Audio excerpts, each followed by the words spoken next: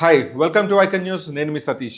ఏపీలో ప్రస్తుతం అత్యంత కీలకంగా ఉన్న మరో అంశం చంద్రబాబు నాయుడు ఢిల్లీ పర్యటన.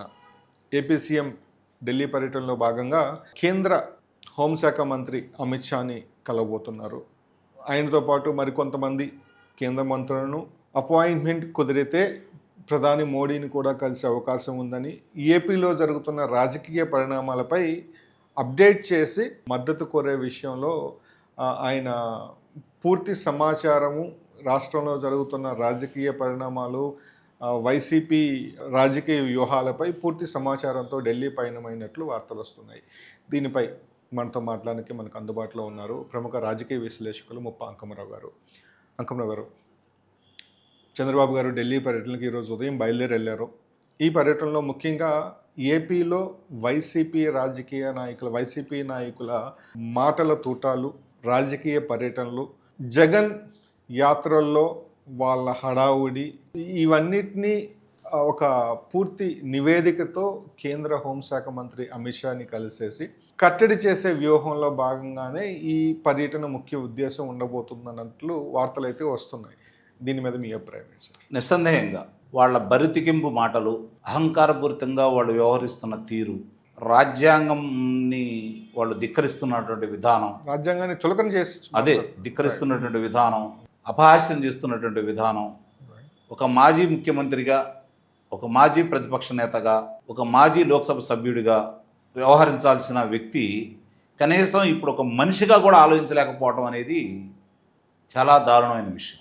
నాకు ఒక్కోసారి అనిపిస్తూ ఉంది, ఈరోజు ఈ వ్యవస్థలు, మనం భారత రాజ్యాంగం గురించి 1950 జనవరి 26న మనకంటూ స్వతంత్రంగా, మనకంటూ ఒక రాజ్యాంగం కావాలని చెప్పని ఆ రోజు ఏర్పాటు చేసుకున్నటువంటి ఈ రాజ్యాంగం ఇలాంటి వ్యక్తుల్ని ముఖ్యమంత్రిని చేయటానిక, ఇలాంటి వ్యక్తులు ఈరోజు రాజకీయ నాయకులుగా ఉండటానిక, ఇలాంటి వ్యక్తులు రాజకీయ పార్టీ అధ్యక్షులుగా ఉండటానిక, లేదంటే చాలామంది కూడా వాళ్ళు శాసనసభ్యులు, లోక్సభ సభ్యులు, రాజ్యసభ సభ్యులు, వివిధ హోదాల్లో వ్యవహరించడానిక మనం చేస్తున్నది. దీనికి మిగిలిన వాళ్ళకి ఇప్పుడు ఏదన్నా ఒక వ్యక్తి ఏదన్నా చిన్న తప్పు చేశాడు అనుకోండి, అతనికి మీరు న్యాయస్థానం దాకా కూడా వెళ్ళే పని లేదు. రక్షక బొట్టులే వాళ్ళని తీసుకొచ్చేసి ఏం చేయాలో చేస్తారు. ఆ తర్వాత న్యాయస్థానానికి అప్పచెబుతారు. అతను స్తోమత లేకో, లేదంటే ఆర్థిక ఇబ్బందుల వల్ల అతను న్యాయవాదిని పెట్టుకోకపోతే 2 నెలలు 3 నెలలు కారాగార వాసం చేయాల్సిన వ్యక్తులు కొన్ని సంవత్సరాల వరకు ఇంకా కారాగారంలో మొగ్గుతూనే ఉన్నారు. కొన్ని లక్షల మంది ఉన్నారు. 100 మందిలో 1000 మందిలో కాదు, కొన్ని లక్షల మంది ఉన్నారు ఈరోజు కూడా. మరి అలాంటి వాళ్ళకి మాత్రం ఎలాంటి న్యాయం జరగట్లేదు. కానీ ఈ రాజకీయ నాయకులు కావచ్చు, వ్యాపారస్తులు కావచ్చు, డబ్బున్నవాళ్ళు కావచ్చు, పేరెన్నికన్న వాళ్ళు కావచ్చు, లేదంటే క్రీడాకారుల్లో కొంతమంది కావచ్చు, వాళ్ళకు సంబంధించిన మాత్రం ఆగమేఘాలుగా ఎక్కడి నుంచో ఢిల్లీ స్థాయి నుంచి వస్తారు న్యాయవాదులు, వాళ్ళ కోసం వాదిస్తారు. వాళ్ళకి కారాగార వాసం లేకుండానో, లేకపోతే కనీసం వాళ్ళ అదుపులో తీసుకునే విధానం కూడా లేకుండానో ఈరోజు న్యాయం చేస్తున్నారు. వాళ్ళకి న్యాయం చేస్తున్నారు, ప్రజాస్వామ్యానికి అన్యాయం చేస్తున్నారు. ఇలాంటి పరిస్థితుల్లో ఉంది ఈరోజు నిజంగా. అంటే నేను వేరే ఎవరిని నిందించట్లేదు, మన వ్యవస్థలో ఉన్నటువంటి లోపాలేం లేవు, లోపాలు లేవు ఇక్కడ. దాన్ని వాడుకుంటున్న విధానం, లొసుగులు కూడా లేవండి అక్కడ, లొసుగులు లేవు. మీరు గమనించండి, లొసుగులు కూడా లేవు. కానీ ఎవరైతే రాజకీయ నాయకులు, ఎవరైతే న్యాయవాదులు, ఎవరైతే వీళ్ళు ఉన్నారో వాళ్ళు వాడుకుంటున్న విధానం, ఒక అధికారి, ఒక ఐఏఎస్ అధికారికి అతను మోసం చేశాడనో, లేకపోతే ప్రజాధనాన్ని దుర్వినియోగం చేసే విధంగా ప్రభుత్వాలకు సహకరించాడనో, వాళ్ళ దోపిడీలో భాగస్వామ్యం అయిన విధానం కనుక ఉంటే అతన్ని విచారించే హక్కు రాష్ట్రాలకు లేదు. గమనించుకోండి మీరు. క్యాట్కి వాళ్ళు పంపాలా, వాళ్ళ అనుమతులు కావాలి. అలాగే ఒక న్యాయమూర్తి ఏదైనా తప్పు తీర్పిచ్చినా, వేరే ప్రలోభాలకు లొంగినా ఆయన గురించి విచారించే అధికారం ప్రభుత్వాలకు లేదు. ఇది గమనించుకోండి. అంటే వాళ్ళకంటూ ప్రత్యేక ఎందుకు ఇచ్చారు? వాళ్ళు స్వతంత్రంగా వ్యవహరించాలని, చట్టబద్ధంగా న్యాయబద్ధంగా వ్యవహరించాలని. మరి వ్యవహరిస్తున్నారా? ఈరోజు వ్యవహరిస్తే ఇన్ని ఉదంతాలు కళ్ళ ముందు కనపడతాయా? ఇంతమంది రాజకీయ నాయకులు ఇంత అవినీతి చేయడానికి అవకాశం దొరికేదా? ఇలాంటి వ్యక్తులు రాజకీయ నాయకులుగా, ముఖ్యమంత్రులుగా, శాసనసభ్యులుగా ఉండే అర్హత ఉండేదా? లేదు కదా. అంటే కొన్ని లక్షల మంది పరీక్షలకి తయారైతే అందుట్లో కొన్ని 100 మంది ఉత్తీర్ణులైతే ఇలాంటి వాళ్ళకి అవకాశాలు వస్తున్నాయి. అంటే అంతమందిలో మీరు ఎంత గొప్పవాళ్ళు, కానీ మీ విధులను మీరు నిర్వహిస్తున్నారా సరిగ్గా? ఒక్కసారి గుండె మీద చేసుకుని ఆలోచించుకోండి. ఏం జరుగుతుంది? ఈ సంపదను ఏం చేసుకుంటాం? ఈరోజు వాతావరణాన్ని ఇలా చేసేసి, ప్రకృతిని ఇలా చేసేసి, విషతుల్యం చేసేసుకొని, పర్యావరణాన్ని నాశనం చేసి, ఈ డబ్బులు మనం సంపాదించుకొని ప్రజల్ని అనారోగ్యం పాలు చేసి, మీరేమైనా ఆరోగ్యంగా ఉంటున్నారా? మీ దగ్గర డబ్బు ఉంది కాబట్టి మామూలుగా వెళ్ళేదాన్ని లక్షల రూపాయలు ఖర్చు పెట్టుకొని మీరు వైద్యం చేయించుకుంటున్నారు. మరి సామాన్యుడికి అందుబాటులో రావట్లేదు కదా. అంటే ఇలాంటి వ్యక్తులు ఈరోజు అలాంటి వ్యక్తులకి, అంటే జగన్మోహన్ రెడ్డి లాంటి వ్యక్తులు, రాజకీయ నాయకులు చాలామంది ఉన్నారు. ప్రత్యేకంగా జగన్మోహన్ రెడ్డి గురించి ఎందుకు మాట్లాడుకుంటున్నామంటే 5 సంవత్సరాలు అతను ముఖ్యమంత్రిగా నిలిపి ఆంధ్ర రాష్ట్రం ఏ విధంగా తయారైందని చెప్పడానికి, వాళ్ళ తండ్రి అధికారాన్ని అడ్డం పెట్టుకొని 5 సంవత్సరాలు 5 నెలలు ఏ విధంగా ప్రజాధనాన్ని ఆయన దోచుకుందే కాకుండా పప్పు బెల్లాల్లాగా ఆయన సహకరించే వాళ్ళకి ఏ విధంగా ఇచ్చిందో ప్రత్యక్షంగా చూసాం మనం. అయినా సరే అతని మీద అభియోగాలు వచ్చి 16 నెలలు కారాగారంలో ఉన్న తర్వాత కూడా ఈ వ్యవస్థలు ఒక రాజకీయ పార్టీకి అతను అధ్యక్షుడిగా, ఒక రాష్ట్రానికి ముఖ్యమంత్రి అయ్యే విధంగా ఈరోజు ఉన్నాయంటే ఎవరికి చెప్పుకోవాలి? ఒక్కసారి ఆలోచించండి. ఎవరికి చెబితే న్యాయం జరిగిద్ది? అంటే అవన్నీ నేను నిర్దోషిని, ఒక ఎన్ని రాజకీయ ఎన్నాళ్ళు పట్టింది ప్రేరేపిత కేసులు అంటున్నాడు. ఎన్నాళ్ళు పడుతుంది న్యాయస్థానాలకి? ఈరోజు నేను ముఖ్యమంత్రి హోదాలో ఉన్నాను, నేను మీ దగ్గరకు వస్తే రోజుకు 60 లక్షల రూపాయలు ఖర్చు అవుతుంది కాబట్టి నేను రాలేను అంటే న్యాయస్థానాలు నెలకొండ కోరుకున్నాయి. ఈరోజు అధికారం కోల్పోయి సంవత్సరం 1 నెల 3 రోజులు అవుతుంది. సంవత్సరం 1 నెల 3 రోజులు అవుతుంది. మరి ఒక్కరోజు కూడా రాలేదు. ఎందుకు ప్రశ్నించట్లేదు న్యాయస్థానాలు? ఎందుకు ప్రశ్నించట్లేదు? సార్, అంటే కేసు విచారణ అంటే తీర్పు దోష నిర్దోష అనే సంగతి తర్వాత విషయం. అది విచారణ కోర్టు మెట్లెక్కే ఇది కూడా లేదు కదా. అదే కదా అసలు రాకపోతే ఎందుకు ప్రశ్నించట్లేదు? దాని గురించి ఎందుకు చర్యలు తీసుకోవట్లేదు? మీరు నేను చర్య తీసుకునే వాళ్ళం కాదు కదా. మనకే హక్కులు అయితే లేవు కదా. మాట్లాడుకుంటాం అంతే, బాధపడతాం, తలకాయ ఉంచుకొని వెళ్ళిపోతాం. గట్టిగా మాట్లాడితే మనం తీసుకెళ్ళి లోనేస్తారు అంతే కదా వీళ్ళు చేసేది. లేదంటే మనుషులనే లేకుండా చేస్తారు. వాళ్ళకి అది వెనతో పెట్టిన విద్య కదా.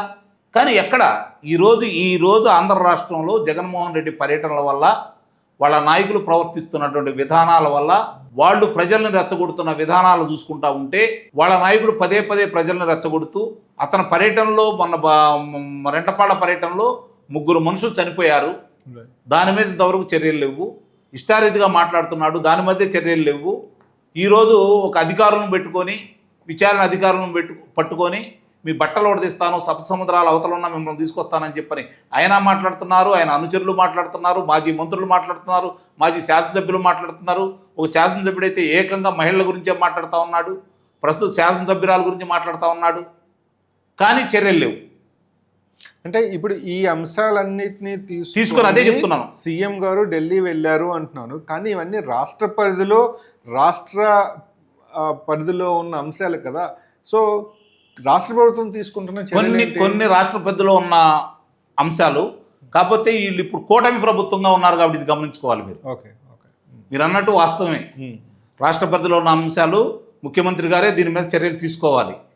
కానీ కూటమి ప్రభుత్వం అనేది ఒకటి ఉంది. ఆ కూటమిలో భాగస్వామ్యం ఈరోజు కేంద్రంలో ఉన్నటువంటి ప్రధానమంత్రి గారి యొక్క పార్టీ కూడా దీంట్లో ఉంది కాబట్టి వాళ్ళకు కూడా చెప్పి కొన్ని నిర్ణయాలు తీసుకోవాలి. భవిష్యత్తులో ఇబ్బంది లేకుండా మీరు ఒక్కళ్ళు ఎలా తీసుకుంటారని అనిపించుకోకుండా ఉండటం కోసం మాత్రమే ఈరోజు ఢిల్లీ పెద్దల దగ్గరికి చెప్పేసి వివరాలు చెప్పి, రాష్ట్రం ఏ విధంగా తయారవుతుంది, మీరు ఇబ్బడిగా నాకు సహాయం చేస్తున్నారు, అడిగినంత ఇస్తున్నారు ఆంధ్ర రాష్ట్రానికి, మేము నోరు చేసి అడగటమే పాపం, మీరు అన్ని సహాయ సహకారాలు అందజేస్తున్నారు, అవి సద్వినియోగం కావాలి అంటే, ప్రజలు ఈరోజు ప్రశాంతంగా వాటిని అనుభవించాలి అంటే, అభివృద్ధి పైన ప్రజలు ముందుకెళ్ళాలి అంటే, నా రాష్ట్రం బాగుండాలి అంటే, దీంతోపాటు ఇలాంటి వాళ్ళ మీద మేము చర్యలు తీసుకునే విధానానికి మీరు సంపూర్ణ సహకారాలు అందజేయాలి. మీకు చెప్పి ఇది చేయాలనుకుంటున్నాం. అలాగే మాకు రావాల్సినటువంటి నిధులు ఇవి పోలవరానికి కావచ్చు, లేకపోతే అమరావతికి కావచ్చు, ఈ విధంగా ముందుకెళ్లాలనుకుంటున్నాం. దీన్ని మీరు ఏ విధంగా సహాయ సహకారాలు అందజేయగలరు? నరేగా నిధులకు సంబంధించి గతంలో రావాల్సినవన్నీ కూడా ఈరోజు తీసుకొని వస్తున్నారు. దానికి సంబంధించినవి కూడా ఇలాంటివన్నీ కూడా అంటే గత ప్రభుత్వం నిర్లక్ష్యం చేసి రాష్ట్రానికి రావాల్సినవి అన్ని కూడా వెనక్కి తీసుకెళ్ళింది. 93 పథకాలు ఉంటే కేంద్రానికి సంబంధించింది, కనీసం దానికి మద్దతుగా వీళ్ళు డబ్బులు ఇవ్వాల్సింది కూడా ఇవ్వకుండా అవి కూడా వెనక్కిపోవడం కూడా జరిగినాయి. కాబట్టి వాటిని ముందుకు తీసుకెళ్లే విధానం, రాష్ట్రాలకు రావాల్సినటువంటి ఇప్పుడు వివిధ ఈశాన్య రాష్ట్రాలకు ఏ విధంగా అయితే ఇస్తున్నారో అలాంటి సహాయ సహకారాలు అందజేసే విధానంలో ఇంకా నిధులు పెంచాల్సిన అవసరాలు, వీటన్నిటి కూడా చెబుతూ రాష్ట్రం నేను ముందుకు తీసుకెళ్లాలంటే అతను మాట్లాడే విధానం కావచ్చు, వాళ్ళ నాయకులు మాట్లాడే విధానం కావచ్చు ఇబ్బందికరంగా ఉంటుంది. కాబట్టి మీకు ఒక మాటగా చెబుతున్నాము, అంటే నాకు తెలిసినంత వరకు చివరి దశకు వచ్చేసింది. Right, okay. చర్యల క్రమంలో చివరి దశకు వచ్చేసింది. మద్యం కుంభకోణం కావచ్చు, లేకపోతే వీటికి సంబంధించినవి కూడా కావచ్చు.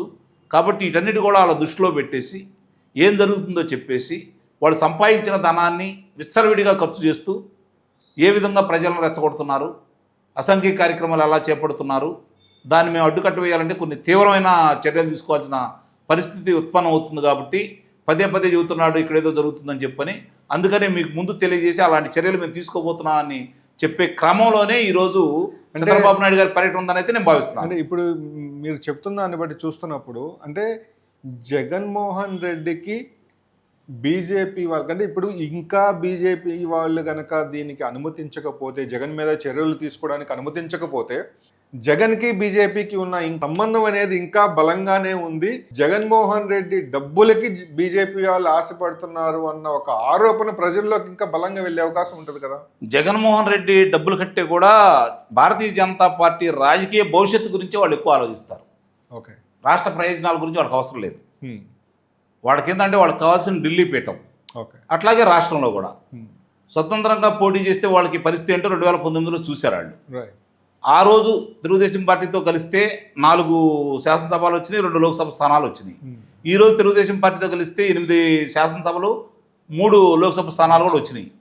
అంటే వాళ్ళకి ప్రాతినిధ్యత బలంగా పెరుగుతూ ఉంది. దాన్ని పెంచుకునే క్రమంలో ఈరోజు జగన్మోహన్ రెడ్డికి మనం కనుక మనస్ఫూర్తిగా మాట్లాడుకోవాలంటే జగన్మోహన్ రెడ్డి మీద చర్యలు తీసుకొని జగన్మోహన్ రెడ్డి చర్యలు కనుక మొత్తం కనుక తీసుకుంటా ఉంటే అతను కారాగారంలో ఉంటాడు. కాబట్టి ఒక రకంగా ఆ పార్టీ అనేది ఉండదు. కాబట్టి ఇక్కడ తెలుగుదేశం పార్టీకి ఇక పట్టపలకాలు ఉండవు కదా. అలాంటి స్వేచ్ఛ కనుక వాళ్ళకి ఇస్తే మనం ఎప్పుడు బలపడతామన్న ఆలోచన కూడా భారతీయ జనతా పార్టీలో లేదని చెప్పుకోవడానికి మాత్రం అవకాశం లేదు. నిస్సందేహంగా ఆ విధంగానే ఆలోచిస్తారండి. ఓకే.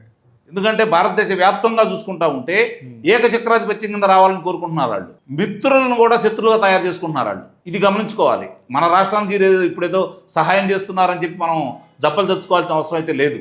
ఈ రాష్ట్రం ఈ విధంగా తయారు కావడానికి వాళ్ళు ఇచ్చిన ప్రోత్సాహమే కదా.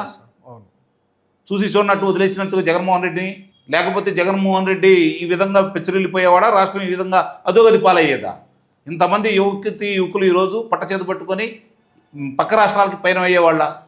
ఇవన్నీ కూడా అంటే వాళ్ళు సమర్థించుకోవాలని ప్రయత్నం చేసినా, దాన్ని మనం తిప్పికొట్టాలని ప్రయత్నం చేసినా వాళ్ళ మనుషులు, కానీ వాళ్ళ పాత్ర ఉందనేది మర్చిపోలేని విషయం. ఈరోజు అవన్నీ మనం మర్చిపోదాం. ఎందుకంటే మన రాష్ట్రానికి వాళ్ళు సహాయ సహకారాలు అందజేస్తున్నారు కాబట్టి తప్పు తెలుసుకున్నారని మనం భావిద్దాం. కాబట్టి ఇప్పుడు సరిగ్గానే వెళ్తుంది. దీన్ని ఇంకొంచెం వేగవంతంగా వెళ్ళే విధంగా వాళ్ళు కూడా ఇంకొంచెం చేయూతనిస్తే, చంద్రబాబు నాయుడు గారు కొన్ని విషయాల్లో కఠినంగా ఉంటే, కొంతమంది విషయాల్లో కఠిన నిర్ణయాలు తీసుకుంటే నిస్సందేహంగా ఆయన అనుకున్న విధంగా రాష్ట్రం ముందుకెళ్ళిద్దని అయితే నేను భావిస్తున్నాను. Thank you so much sir. చూశారు కదా, ఢిల్లీ పర్యటనలో జగన్ని కట్టడి చేసే విధంగా చర్యలు ఉండొచ్చు అనేది ముప్ప అంకమ్మరావు గారి విశ్లేషణ. దీనిపై మీ అభిప్రాయాలు, ఈ పర్యటన ద్వారా జగన్ని కట్టడి చేస్తారా చంద్రబాబు నాయుడు గారు? మీరేమనుకుంటున్నారు? కామెంట్ రూపంలో తెలియజేయండి. మరోసారి మరో అతిథితో మళ్ళీ కలుద్దాం. అంతవరకు మీ సతీష్.